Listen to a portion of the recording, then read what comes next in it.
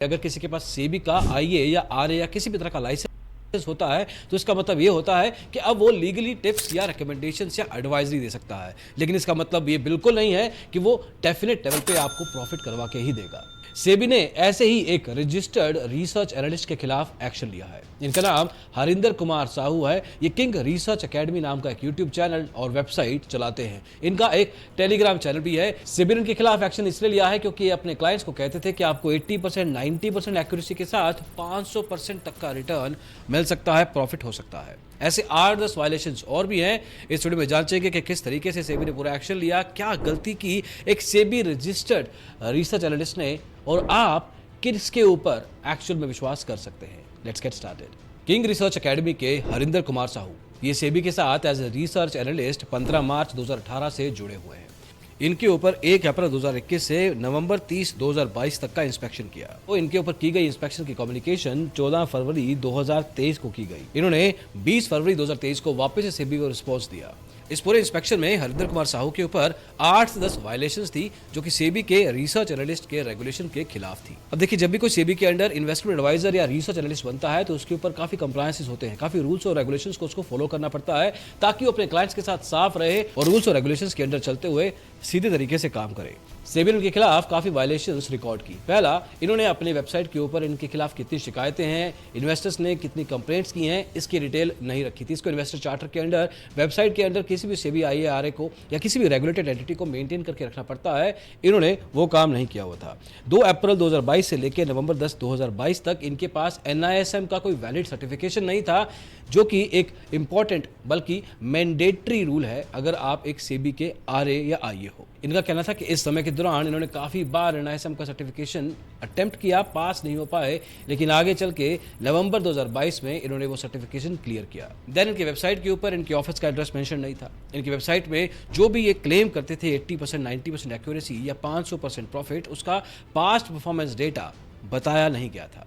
मतलब ये बहुत वेग तरह के क्लेम्स थे। Then conflict of interest. एक सेबी आईएआरए अपने काम से काम रखता है, मतलब अगर रिसर्च का काम है तो उसको सिर्फ रिसर्च का काम करना है। अगर उसको अपनी कंपनी की मार्केटिंग एक्टिविटीज करनी है तो उसको एक्सचेंज से और फिर सेबी से अप्रूवल लेना पड़ता है और उसके बाद जाके वो मार्केटिंग कर सकता है। लेकिन ऐसा कुछ किंग रिसर्च एकेडमी या हरिंदर कुमार साहू नहीं कर रहे थे। इनफैक्ट ये डीमेट अकाउंट ओपनिंग सर्विसेज भी देते थे और कहते थे कि आप डीमेट अकाउंट खोलिए और साथ में आपको हमारा सब्सक्रिप्शन फ्री में मिलेगा। और ना ही एक सेबी रजिस्टर्ड आरए होते हुए इन्होंने अपनी वेबसाइट पे मेंशन करके रखा था कि इन डीमेट अकाउंट के थ्रू जो भी रेफरल मिलता है उस रेफरल से इनकी कमाई होती है। बहुत सारे डिस्क्लोजर्स नहीं दिए थे, रिसर्च रिपोर्ट को मेंटेन करके नहीं रखा था, एनुअल कंप्लायंस नहीं करवाया था। ऐसे बहुत सारे वायलेशंस थे। लेकिन जो मेजर कंसर्न आते हैं वो 2 या 3 हैं। फॉर एग्जाम्पल, जब भी ये ट्रेड्स देते थे, चाहे वो टेलीग्राम के थ्रू फ्री में या अपने पेड सर्विसेज के थ्रू, साथ में खुद भी ट्रेड करते थे। एक सेबी आरए और आईए 30 दिन पहले ट्रेड देने से और ट्रेड देने के 5 दिन बाद तक उस स्टॉक, उस स्क्रिप्ट, उस ऑप्शन कॉन्ट्रैक्ट या किसी भी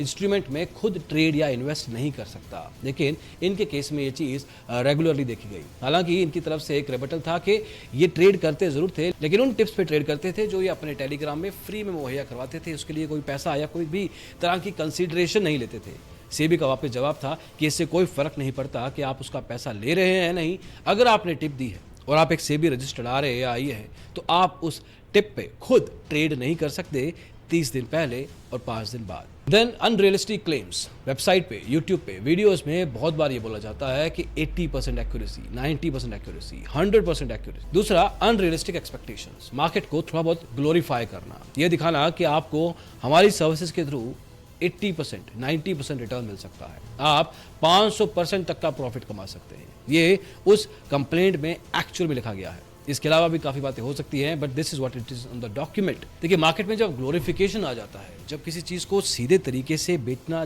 थोड़ा मुश्किल है, सामने से कस्टमर नहीं ले रहा, तो उसको थोड़ा अनरियलिस्टिक बात करके दिखानी पड़ती है। एक सेल्स टेक्टिक हो सकता है, but with in the guidelines of financial markets, regulator के, तो ये चीज़ें बोलना सिर्फ एक मार्केटिंग टैक्टिक नहीं, एक पॉइंट इन टाइम पे जाके थोड़ा अनएथिकल और इस केस में तो इल्लीगल हो जाता है। ये तो आपने काफ़ी बार सुना होगा कि investments are subject to market risk. एक बहुत सा लंबा सा एक डिस्क्लेमर आपने काफ़ी बार अलग अलग तरह की एड्स में या किसी भी तरह की वीडियोस में देखा होगा। इनके केस में ये ऐसा डिस्क्लेमर कहीं नहीं रखते थे। इनकी वेबसाइट पे बहुत सारे प्लान्स हैं जो कि 40-50 हज़ार से लेके 1 लाख रुपए तक के थे। प्लान्स बेचने में कोई गड़बड़ नहीं होती। सेबी का कहना सिंपल ये है कि आप उसमें ये नहीं लिख सकते कि आपको इतना % एक्यूरेसी मिलेगा या इतने % रिटर्न मिल सकते हैं, और स्पेशली तब जब आप ये क्लेम करते हैं लेकिन उसको बैक करने के लिए आपके पास कोई डेटा नहीं है। इनफैक्ट पास्ट परफॉर्मेंस के बेस पे फ्यूचर प्रेडिक्शंस करना भी कहीं ना कहीं सेबी आईए और आरए रेगुलेशंस के खिलाफ बैठता है। यहाँ पे कंफ्यूजन आती है कि काफ़ी लोग कहेंगे कमेंट्स में और पहले भी कुछ वीडियोस में कहते हैं कि किस पे विश्वास करें और क्या कोई है भी जिस पे विश्वास किया जा सकता है। देखिए, इसका आंसर एक्चुअली बहुत मुश्किल नहीं है, बहुत ईजी है। जो भी लोग आपको ग्लोरीफाई करके स्टॉक मार्केट के बारे में बताने की कोशिश करते हैं वो डायरेक्ट एक सिग्नल देते हैं कि उनके ऊपर आपको विश्वास नहीं करना चाहिए, क्योंकि स्टॉक मार्केट में ट्रेडिंग या इन्वेस्टमेंट्स बहुत बोरिंग काम होता है। It's a consistent thing to do, लगातार करना पड़ता है। काफ़ी ट्रेडर्स इन्वेस्टर्स से बात करने के बाद मैं ये बहुत कॉन्फिडेंटली बोल सकता हूँ। तो जब भी मार्केट में कुछ परसेंटेज की बात की जाए, कुछ पैसा दिखाया जाए, कुछ गाड़ियां दिखाई जाएं, कुछ ऐसी चीज़ें दिखाई जाएं जहां पे आपको form of fear of missing out create हो, जिसमें आपको लग रहा हो कि आप ही नहीं कर पा रहे, बाकी सबके पास पैसा है, उस केस में आपको थोड़ा सा स्टेप बैक करना चाहिए और समझना चाहिए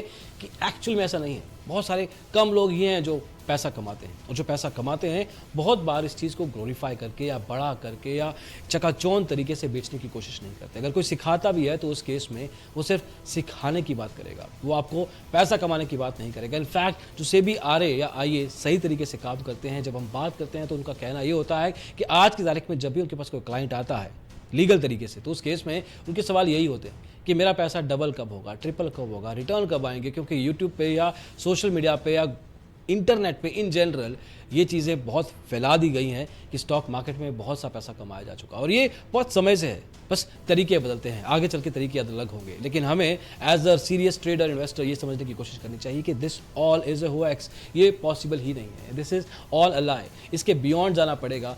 अगर आप इसके बियॉन्ड चले जाते हैं तो उस केस में आपको ऐसी तरह के लोग कभी भी किसी भी तरीके से फंसा नहीं पाएंगे। और जहां तक बात हरिंदर कुमार साहू की है तो इनके ऊपर 3 महीने का सस्पेंशन लगा दिया गया है। मतलब अगले 3 महीने तक ये सेबी रजिस्टर्ड रिसर्च एनालिस्ट की तरह काम नहीं कर सकते। हालांकि सेबी की वेबसाइट के ऊपर अभी भी ये परपेचुअल तरीके से ही है, मतलब वहां पे इनकी सस्पेंशन के बारे में इंफॉर्मेशन नहीं है। होपफुली कुछ दिनों के अंदर वो सस्पेंशन का इंफॉर्मेशन वेबसाइट पे, सेबी की वेबसाइट पे डिस्प्ले होना शुरू हो जाए। And I think he was left out pretty easily. इनके बैंक अकाउंट्स नहीं खोले गए, इनका कुछ ये चेक नहीं किया गया कि इन्होंने ऐसे अनरियलिस्टिक क्लेम करके कितना पैसा कमाया है। I hope he learns from these mistakes and I hope a lot of people who might make these mistakes or have been making these kind of mistakes learn from this small case study कि किस तरीके से आपको stock market में as a seller, as a supplier भी exist करना है। तो ये कुछ रूल्स हैं जो आपको मानने पड़ेंगे।